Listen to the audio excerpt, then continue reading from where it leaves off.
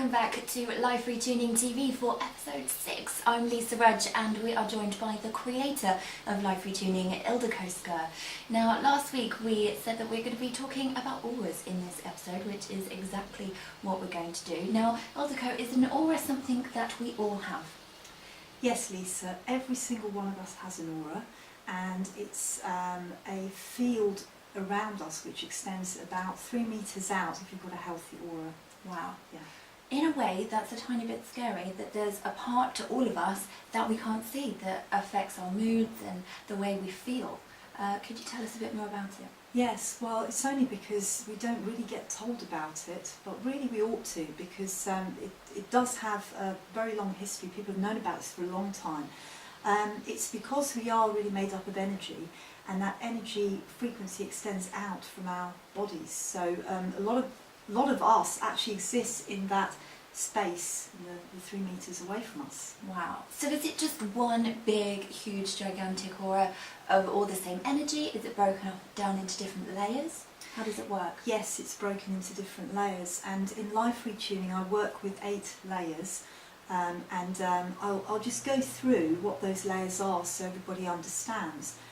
Because different sorts of energy will be held in the different layers of the aura. So if we start with the physical body, well, obviously we can see it, we can feel it, and we feel physical pain, and we feel the sensations, the 5 senses in our bodies. And then one layer out is called the etheric layer, Lisa. It's about 2 inches out, something like that. Do you remember the advert with the Ready Break layer? Yeah, yes, I do. There you go. That's like the etheric layer. So what is held there is the energy from the meridian points. If you've had acupuncture, you will know that the needle goes into very specific points. And in fact, these are the points that are used in life retuning. They're called meridian points. And they are very, very specific access points into the body's energy. But the energy itself is actually held in this etheric layer. So one out from that is the emotional layer, and this is where we hold negative and positive emotions, the energy of negative and positive emotions. And one out from that is the mental layer, and that's where we actually have our ego mind, our individuality. If you've got self-limiting beliefs, if perhaps you don't feel you deserve something, that is where that emotion, that energy will be held.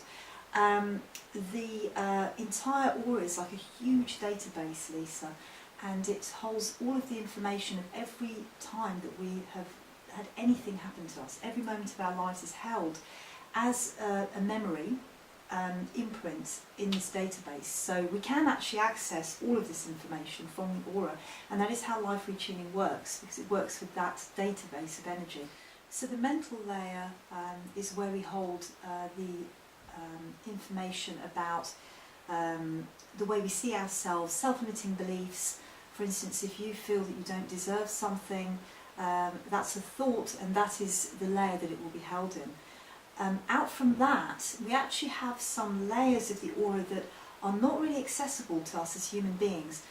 Energy-wise, they vibrate at a very, very high frequency, and they are what you would term cosmic energy. Source energy, it's outside information that's coming into the energy field, but we can actually park the information about something that's happened to us right out on the edge of our aura. So that divides up into the astral layer, which is almost like a change down layer, Lisa. It's like, you know, when you've got your gears and you shift into higher gear or lower gear, the astral layer is like that.